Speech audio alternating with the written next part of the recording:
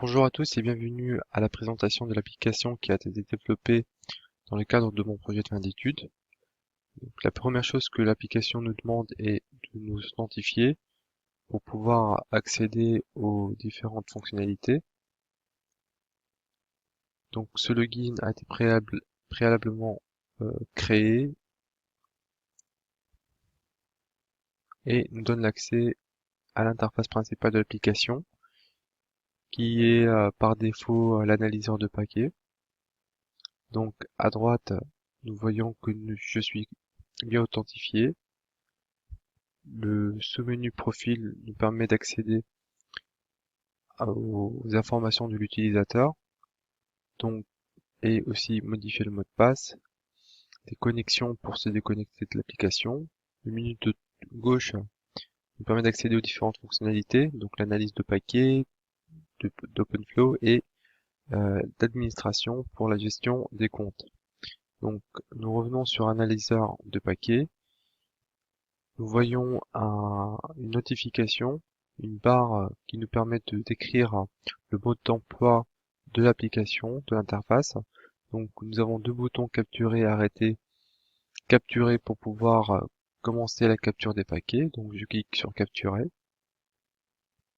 Donc après avec quelques secondes d'attente, nous avons les premières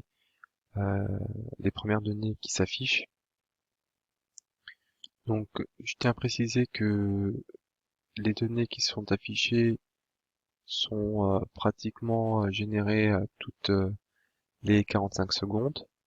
Donc nous avons l'affichage des protocoles, des requêtes DNS qui ont été sollicitées, l'affichage par adresse IP, par port, et donc on peut ici constater une courbe qui nous permet d'identifier facilement les pics et remonter les anomalies. Donc nous passons à l'analyseur OpenFlow qui nous permet d'analyser tout le trafic qui est généré entre le contrôleur SDN et le commutateur OpenFlow. Donc ici, nous pouvons constater qu'il n'y a aucune information enregistrée. Donc en cliquant sur capturer, donc il va tout simplement commencer à récupérer les données qui sont générées depuis le contrôleur OpenFlow ici et de les représenter sous forme de représentation graphique. Donc ici la génération peut prendre de 1 à 2 minutes. Après quelques secondes d'attente, donc nous avons déjà les données affichées. Ici donc on voit qu'on a pratiquement 7 commutateurs OpenFlow. Donc celui en vert et en orange, ce sont les deux switches qui ont le plus de charge. Ici, les détails de ces charges, de ces flux sous forme de courbes qui évoluent dans le temps. Les types des messages OpenFlow. Donc, nous avons des TX et des RX. Les TX sont les paquets transmis depuis le contrôleur vers le commutateur et le RX du commutateur vers le contrôleur. Ici, donc, on voit les déconnexions, connexions des commutateurs et les détails du trafic depuis ce tableau.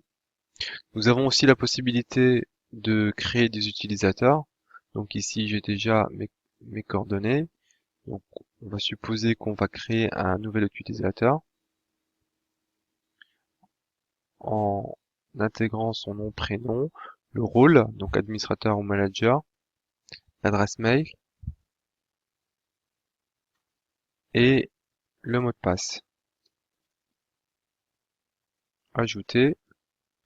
Donc le formulaire a été bien rempli. Nous avons aussi la possibilité de modifier les coordonnées de cette personne. Donc je me déconnecte pour pouvoir tester l'accès de l'utilisateur que nous venons de créer.